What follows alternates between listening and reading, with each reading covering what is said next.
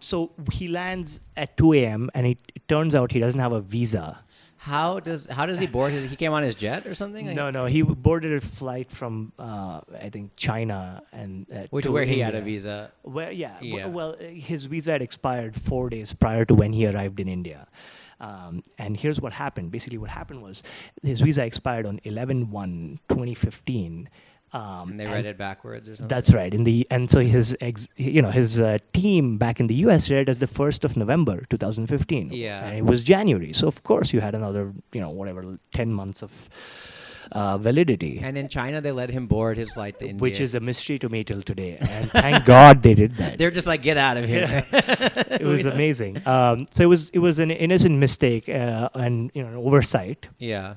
that led to this kind of like potentially Catastrophic news event. Right. Yeah. So you get a call at 2 a.m. Yeah. And now they're basically, I think, getting him back on a flight out of here. In Bombay. Yeah, well, this is in Delhi. In Delhi. So he Yeah. lands from China in Delhi. He hits the guy at immigration. Not hits the guy. I mean, he gets to the guy. Yeah. He's like, let me in here. Yeah. So he gets to the immigration guy. He's like, sir, like, Yes, yeah. and he's like, so your visa expired 4 days ago. Yeah. So you might Turn around. need to turn around and take the next flight out of here Yeah. back to China. Yeah, make like your drivers and take a U-turn. Sorry. A terrible joke. Yeah. Okay. And so then we were obviously panicking because the next day morning we were meeting the Prime Minister at 10 a.m.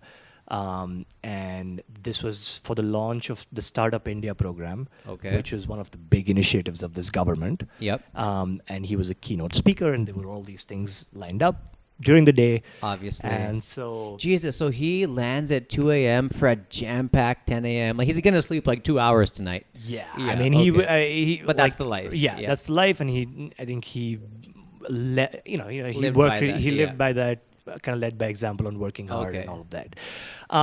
Anyway, so then we wake up. This is actually in the press, so I guess I can talk about it. Of which course we it wake is. up. I was going to say, this is all online, so yeah. Yeah. It's some of this. But was, give us some juice. Yeah. And so then I wake up.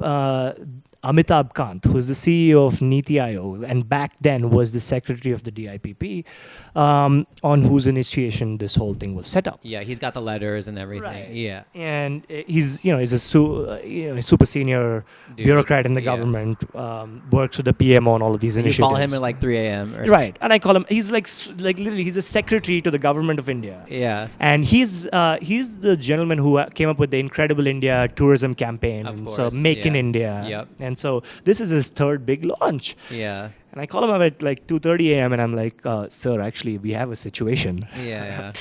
And he was incredibly nice about it for the duration of that call. Yeah.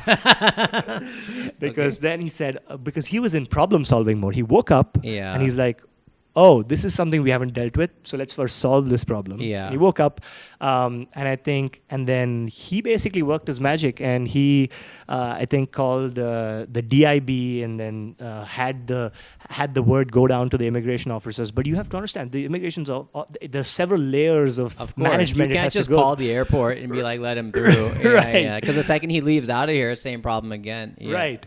And so they're trying to figure out who the officer is, and the officers won't talk to anybody. Yeah. And so anyway, and Travis is just waiting in some holding area. Or pretty whatever. much. And Yeah. they're actually trying to walk him to the plane. And so Yeah, he's yeah. walking as slowly as possible to the plane. Oh my goodness. Dude. Yeah. Well, we buy time. Yeah. And now he's almost at the boarding gate. Yeah. And the officer in front of him is refusing to speak to anybody on the phone because they know that they want to follow process, Yeah. which is And they fair. don't know who it is really Yeah. and that sort of thing. Yeah. And so finally, I think,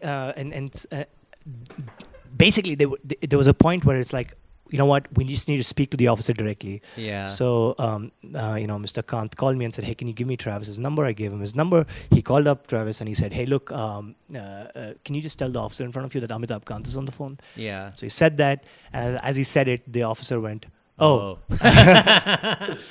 And then called his superiors, Yeah. and then they spoke to him, and he finally got into the country. So what do they grant, like a provisional visa or something? Yeah, There's I mean, something. it was something that was. I For mean, so yeah, I emergencies, think yeah. on some interview he was asked like,